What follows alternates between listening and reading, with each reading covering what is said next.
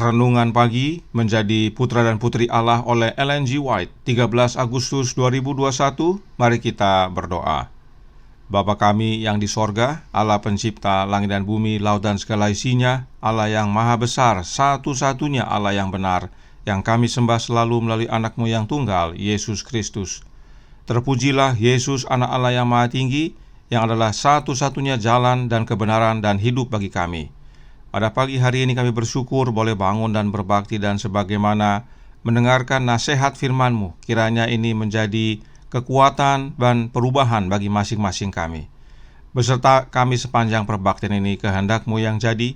Ampun kami akan dosa dan salah, karena kami berdoa hanya dalam nama anak-Mu yang tunggal, Yesus Kristus, yang adalah Tuhan dan Juru Selamat kami.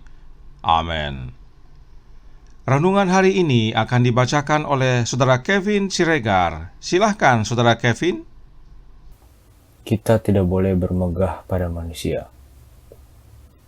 Dan di tempat lain Tuhan mengetahui rancangan-rancangan orang berhikmat. Sesungguhnya semua sia-sia belaka. Karena itu janganlah ada orang yang memegahkan dirinya atas manusia, sebab segala sesuatu adalah milikmu.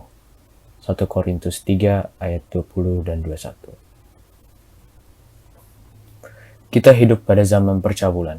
Para pria dewasa dan pemuda tidak segan berbuat dosa, dan kecuali dibentengi dengan prinsip yang teguh, kecuali lebih hati-hati memilih teman-teman bergaul dan bacaan yang mengisi pikiran. Mereka akan bergaul dengan masyarakat yang moralnya sebejat moral penduduk Sodom.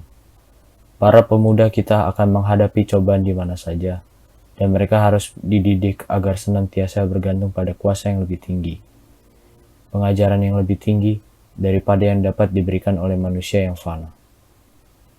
Di mana saja ada penghina Tuhan kita yang perilakunya melemparkan cemoohan terhadap kekristenan. Mereka yang tidak punya kuasa moral tidak dapat berdiri membela kebenaran. Mereka tidak mempunyai keberanian berkata, kecuali percakapan seperti itu dihentikan, aku tidak dapat berada di hadapanmu. Yesus, penebus dunia, adalah juru selamatku. Padanya terpusat harapanku akan hidup kekal. Tetapi inilah caranya untuk mendiamkan mereka. Jika Anda membantah mereka, mereka akan punya argumentasi untuk menghadapi Anda, dan tidak ada lagi yang dapat dikatakan untuk menyentuh mereka. Tetapi kalau Anda hidup bagi Kristus, jika Anda punya persekutuan yang teguh dengan Allah di surga, Anda dapat melakukan sesuatu yang gagal diperbuat oleh argumentasi. Tidak ada pandangan yang paling menyedihkan selain daripada mereka yang ditebus oleh darah Kristus. Mereka yang dipercayakan talenta-talenta agar dapat memuliakan Allah, sebaliknya mengejek kabaran-pekabaran yang disampaikan kepada mereka melalui Injil. Menyangkal keilahian Kristus dan percaya pada pertimbangan fana mereka sendiri dan pada argumentasi tak berdasar. Jika diuji dengan penderitaan, jika dihadapkan pada kematian, maka semua pemikiran keliru yang telah mereka yakini akan mencair bagaikan kabut di terik panas matahari. Harapan Kristiani, laksana jangkar jiwa, pasti dan tetap. Terima kasih atas penatalanan Saudara Kevin. Tuhan Yesus memberkati. Selamat pagi saudaraku dalam Tuhan. Renungan hari ini menasihatkan agar kita tidak boleh bermegah pada manusia. Dan salah satu amaran yang diberikan adalah tentang keilahian Kristus. Ada ajaran yang menyangkal keilahian Kristus, dan ajaran itu berasal dari manusia. Hal ini yang perlu dipelajari agar jangan kita andalkan manusia. In Christ is life, original, unborrowed, underived. In the context of that statement, she says the divinity of Christ is the believer's personal assurance. The divinity of Christ. Ini adalah Pendeta Judd Lake. Beliau adalah salah seorang dosen teologi di Southern Adventist University yang berada di Tennessee, Amerika Serikat. Beliau adalah salah satu contoh dari pendeta gereja Advent yang menggunakan kutipan berikut ini sebagai bukti keilahian Yesus. Mari kita baca kutipannya. Dalam Kristus adalah hidup yang asli, tidak dipinjam, tidak diperoleh dari orang lain. Apakah kutipan ini membuktikan keilahian Yesus? Oh ya, tentu. Kita tidak pungkiri. Lalu apa yang menjadi masalah? Yang menjadi masalah adalah gereja Advent menggunakan kutipan ini sebagai dasar bahwa Yesus muncul bersamaan dengan Allah Bapa di masa kekekalan. Itulah yang pendeta Judd Lake ajarkan tadi. Dengan kata lain, gereja Advent tidak percaya bahwa Yesus adalah anak Allah yang sesungguhnya, yaitu anak yang lahir dari Bapa. Sebab jika Yesus adalah anak Allah yang sesungguhnya, maka Yesus tidak muncul bersamaan dengan Bapanya, tetapi muncul kemudian, yaitu setelah lahir dari Bapa, sebagaimana yang Alkitab ajarkan. Nah, dalam mempelajari tulisan Roh Nubuat, kita harus menggunakan metode yang Nyonya White ajarkan, yaitu Roh Nubuat menjelaskan dirinya sendiri. Ada kutipan yang menjelaskan kutipan lainnya. Namun sebelum kita melihat penjelasan kutipan lainnya tentang kalimat ini, perlu diketahui bahwa kutipan ini diambil dari buku Kerinduan Segala Zaman bab 58 yang berisi tentang kebangkitan Lazarus. Perhatikan beberapa kalimat yang terdapat dalam bab 58 tersebut. Kerinduan Segala Zaman buku kedua halaman 150 paragraf pertama berkata, "Terhadap perkataan Juru Selamat, percayakah engkau akan hal ini?" Marta menyahut, "Ya Tuhan, aku percaya bahwa engkaulah Mesias, anak Allah, Dia yang akan datang ke dunia ini." Ia tidak mengerti segala makna perkataan yang diucapkan oleh Kristus, tetapi ia mengakui imannya pada keilahiannya, serta keyakinannya bahwa ia sanggup melaksanakan apa saja yang berkenan kepadanya. Berdasarkan paragraf ini, Marta percaya bahwa Yesus adalah Mesias, anak Allah yang akan datang ke dunia ini. Sebab orang Yahudi percaya bahwa Mesias itu adalah anak Allah. Melalui pengakuan Marta ini terlihat jelas bahwa Yesus adalah anak Allah bahkan sebelum Dia datang ke dunia ini.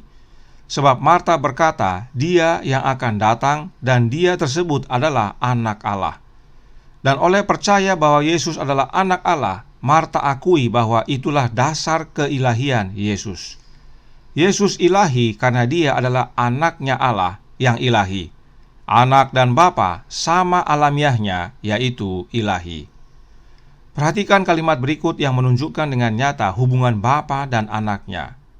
Kerinduan Segala Zaman buku kedua halaman 154 paragraf 2 menyatakan, "Kristus melangkah lebih dekat ke kubur. Sambil menengadah ke langit ia berkata, 'Ya Bapa, aku mengucap syukur kepadamu karena engkau telah mendengarkan aku.'"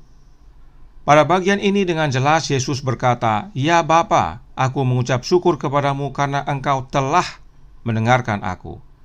Perhatikan bentuk kalimatnya adalah kalimat masa lampau, telah. Oleh karena itu sebelumnya Yesus telah panjatkan permohonan kepada Bapanya, dan Bapanya telah menjawab serta menyetujuinya. Yesus perlu tekankan ini karena sebelumnya Dia dianggap melakukan mujizat oleh kuasa setan. Kemudian Nyonya White menuliskan kalimat berikut ini dan masih dalam halaman dan paragraf yang sama. Kerinduan Segala Zaman buku kedua halaman 154 paragraf 2 berkata, "Tetapi di sini Kristus mengakui Allah sebagai Bapanya dan dengan keyakinan yang sempurna menyatakan bahwa Dialah anak Allah." Yesus sendiri akui bahwa Allah itu adalah Bapanya, dan Dia dengan keyakinan yang sempurna menyatakan bahwa dirinya adalah anaknya Allah. Tapi sayangnya pengakuan Yesus ini disangkal oleh gereja Advent. Padahal pengakuan Yesus sebagai anak Allah adalah bukti keilahiannya dan Marta percaya. Berikut Roh Nubuat berkata dalam Kerinduan Segala Zaman buku kedua halaman 154 paragraf 3. "Dalam segala perkara yang dilakukannya, Kristus bekerja dengan Bapanya. Ia selalu berhati-hati membuktikan bahwa Ia tidak bekerja sendiri. Dengan iman dan doalah Ia mengadakan mujizat-mujizatnya. Kristus menghendaki agar semua orang mengetahui hubungannya dengan Bapanya." Kutipan ini masih dalam bab 58 tersebut. Kita belum keluar dari bab 58. Dikatakan, dalam segala perkara yang dilakukan Yesus, Kristus bekerja dengan Bapanya. Jika disebut dalam segala perkara, apakah itu termasuk dalam membangkitkan Lazarus? Oh, sudah pasti. Itu sebabnya tadi Yesus berkata, "Ya Bapa, aku mengucap syukur kepadamu karena engkau telah mendengarkan aku." Yesus berdoa terlebih dahulu kepada Bapanya dan Bapanya jawab. Itu sebabnya kalimat berikutnya berkata, perhatikan yang warna hijau, ia selalu berhati-hati membuktikan bahwa ia tidak bekerja sendiri. Dengan iman dan doalah ia mengadakan mujizat-mujizatnya. Jelas bahwa dalam mengadakan mujizat, Yesus tidak melakukannya sendirian, tetapi dengan Bapanya, dan itulah hasil iman dan doa. Ini prinsip penting yang umat Allah harus mengerti. Saat Yesus melakukan mujizat, itu bukan dengan kuasanya, tetapi karena kuasa Bapanya. Itu sebabnya Yesus lakukan dengan doa dan iman. Kenapa Yesus perlu menyatakan hal ini? Karena lihat kalimat yang berwarna biru. Kristus menghendaki agar semua orang mengetahui hubungannya dengan Bapanya. Kembali ditekankan hubungan Yesus yang adalah anak Allah dengan Bapanya. Penting sekali hubungan ini sampai berulang-ulang disampaikan dalam pasal 58 tersebut. Sebab itulah dasar untuk melakukan kebangkitan Lazarus, teristimewa itulah dasar keilahian Yesus. Yesus berdoa kepada Bapanya untuk melakukan kebangkitan tersebut dan Bapanya kabulkan. Perhatikan perkataan Roh Nubuat berikut ini dalam Kerinduan Segala Zaman buku kedua halaman 154, masih dalam paragraf 3. Disinilah murid-murid dan orang banyak harus diberi bukti yang paling meyakinkan mengenai hubungan antara Kristus dan Allah. Kepada mereka harus ditunjukkan bahwa pengakuan Kristus bukannya suatu penipuan. Melalui peristiwa kebangkitan Lazarus tersebut, Yesus hendak memberikan bukti paling meyakinkan tentang hubungan dia dengan Allah, yang adalah Bapanya, bahwa pengakuan Yesus tersebut sebagai anak Allah bukannya suatu penipuan. Dan sesudah Yesus berdoa dan kemudian berkata, "Hai Lazarus, marilah keluar." Apakah yang terjadi saat itu? Mari kita baca dalam halaman 154 paragraf 4 yang berkata, dengan perhatian yang tekun dan pedih, semua orang menunggu ujian keilahian Kristus, bukti yang membenarkan pengakuannya bahwa dialah anak Allah, kalau tidak memadamkan harapan selama-lamanya.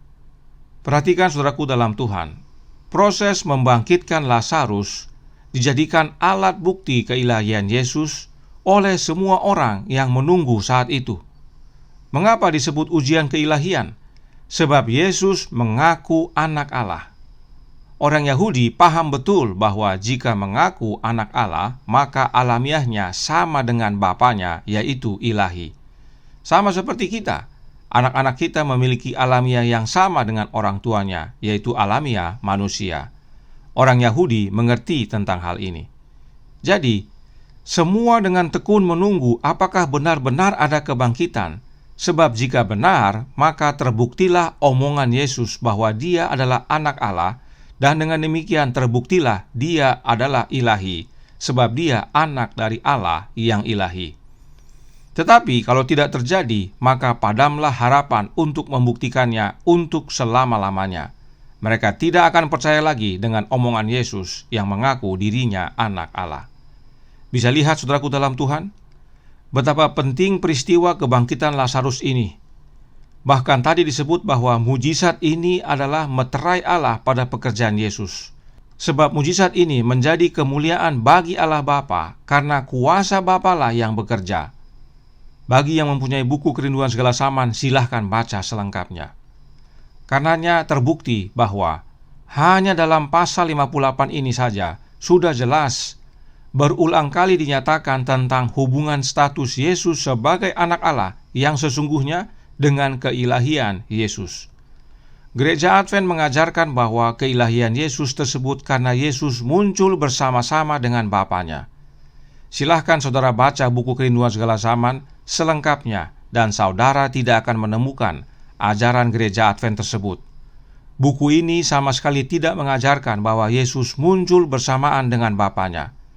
Jika saudara membaca jilid pertama, saudara akan temukan kalimat berikut ini dalam halaman 15 paragraf 1 yang berbunyi, segala sesuatu diterima Kristus dari Allah, tetapi ia menerima untuk kemudian memberi. Demikianlah di istana sorga dalam pelayanannya kepada semua makhluk. Oleh Putra yang kekasih itu, hidup Bapa mengalir kepada sekaliannya. Melalui Putra itu, hidup tersebut kembali pula dalam rupa puji-pujian dan pelayanan gembira, gelombang kasih yang meluap-luap kepada sumber besar dari semuanya. Dengan demikian, melalui Kristus lengkaplah peredaran segala kebajikan yang melambangkan sifat penganugerah besar itu, yang mana ialah hukum hidup. Nyonya White, hamba Allah, dengan jelas berkata, hidup Bapa mengalir melalui Anak. Bapa adalah sumber besar dari segala sesuatu. Bapa adalah sumber hidup. Dia adalah Allah dan Bapa dari Tuhan kita, Yesus Kristus. Hidup Bapa lah mengalir kepada semuanya melalui Kristus. Semua kebajikan yang dari Allah Bapa mengalir melalui Anaknya, Yesus Kristus. Nah, saudaraku dalam Tuhan, jika hidup Bapa mengalir melalui Yesus, maka artinya hidupnya Yesus sama jenisnya dengan hidupnya Bapa. Hidup Bapa dan hidup Anak sama. Sebab memang Yesus adalah Anak Allah. Karenanya, jika Roh Nubuat menyatakan bahwa di dalam Yesus hidup yang asli tidak dipinjam, tidak diperoleh dari orang lain, maka hidup tersebut Yesus terima dari Bapanya.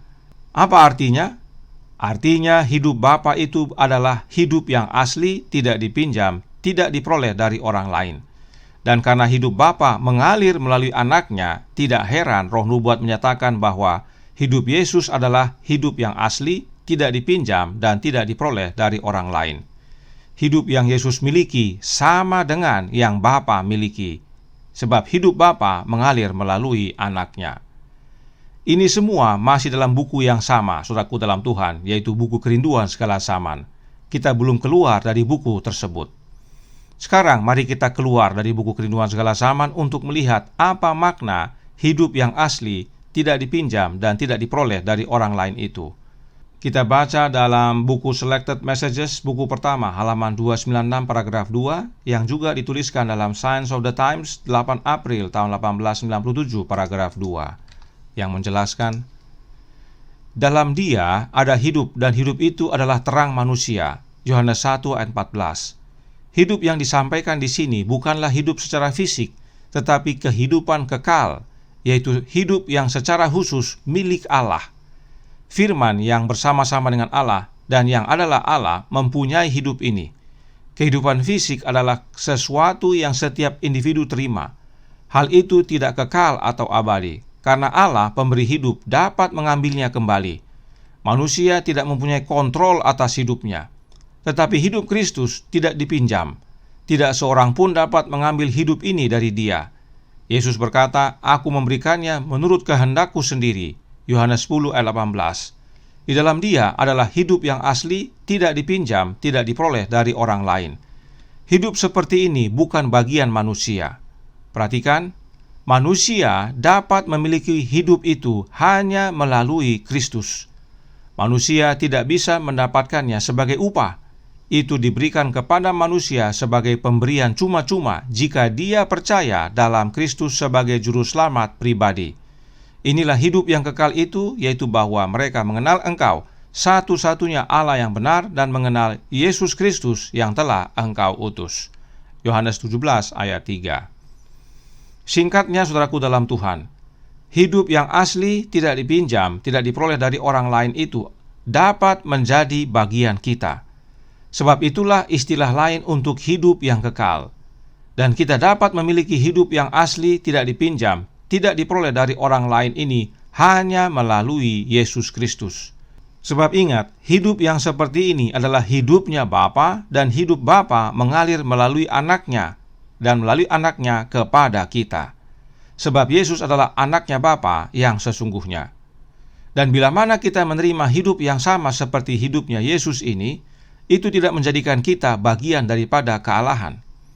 Karenanya, saudaraku dalam Tuhan, bila mana kita menerima hidup yang asli, tidak dipinjam, tidak diperoleh dari orang lain ini, itu tidak menjadikan kita menjadi bagian dari kealahan. Sebab hidup yang asli, tidak dipinjam, tidak diperoleh dari orang lain itu adalah sama dengan hidup yang kekal. Dan bila mana kita percaya dalam Yesus, maka melalui Yesus kita menerima hidup tersebut. Ini pentingnya kita mempelajari tulisan Roh Nubuat sebagaimana yang Nyonya White nasihatkan. Karenanya, saudaraku dalam Tuhan, ada dua ajaran yang menyatakan tentang keilahian Yesus. Yang pertama, berdasarkan gereja Advent, dikatakan bahwa Yesus ilahi karena Yesus muncul bersamaan dengan Bapanya di masa kekekalan. Inilah yang dikenal dengan ajaran doktrin Trinitas. Dan yang kedua, berdasarkan Alkitab dan Roh Nubuat bahwa Yesus ilahi karena Yesus adalah anak Allah yang ilahi. Yesus lahir dari Bapa yang ilahi. Karenanya alamiah Yesus sama dengan alamiah Bapanya, yaitu ilahi. Apakah pilihan saudara? Apakah bermegah pada manusia atau gereja, atau bermegah pada firman dan Roh Nubuat atau Kristus? Kami memilih firman dan Roh Nubuat bahwa Yesus ilahi karena Yesus adalah anak Allah yang lahir dari Bapa. Sebab inilah yang diajarkan oleh Alkitab dan Roh Nubuat. Dan melalui Yesus anak Allah inilah kita dapat menerima hidup yang asli, tidak dipinjam, tidak diperoleh dari orang lain. Saudaraku dalam Tuhan, pekabaran ini bukan untuk mendiskreditkan gereja. Tetapi jika gereja tidak mengabarkan kebenaran Alkitab, maka adalah kewajiban kita untuk mengarahkan umat Allah kepada sumber kebenaran, yaitu Yesus Kristus. Dan Dia menyatakannya dengan jelas dalam firman-Nya dan dalam kesaksiannya, yaitu Roh Nubuat. Karenanya, bermegahlah dalam Yesus. Bagi yang mau belajar lebih mendalam tentang hal ini, kami cantumkan linknya di bawah di bagian deskripsi. Tentukan pilihan saudara hari ini, sebab ini berhubungan dengan keselamatan kita. Tuhan memberkati, saya bawa dalam nama Yesus. Amin. Mari kita berdoa. Bapa kami yang di sorga, Allah pencipta langit dan bumi, laut dan segala isinya, Allah yang maha besar, maha kuasa, sumber segalanya, yang kami sembah selalu melalui anak-Mu yang tunggal, Yesus Kristus. Terima kasih atas pernyataan kebenaran tentang keilahian Kristus, yang saat ini banyak yang menyelewengkan, bahkan menyangkal. Oleh karena itu penting kami pelajari agar kami jangan bermegah dalam manusia, karena ajaran-ajaran yang menyangkal keilahian Yesus ini adalah ajaran manusia. Namun Alkitab dan Roh Nubuat dengan jelas menyatakan Yesus adalah ilahi, sebab Dia adalah anak Bapa yang ilahi. Dan ini kami percaya ya Bapa, dan karenanya curahkan roh anak-Mu dalam hati ini, sebab anak-Mu lah kebenaran itu, dan biarlah Dialah yang memimpin kami dalam seluruh kebenaran. Beserta kami sepanjang hari ini, kehendak-Mu yang jadi, ampun kami akan dosa dan salah, karena kami berdoa hanya dalam nama anak Allah yang tunggal, Yesus Kristus, yang adalah Tuhan dan Juru Selamat kami. Amin.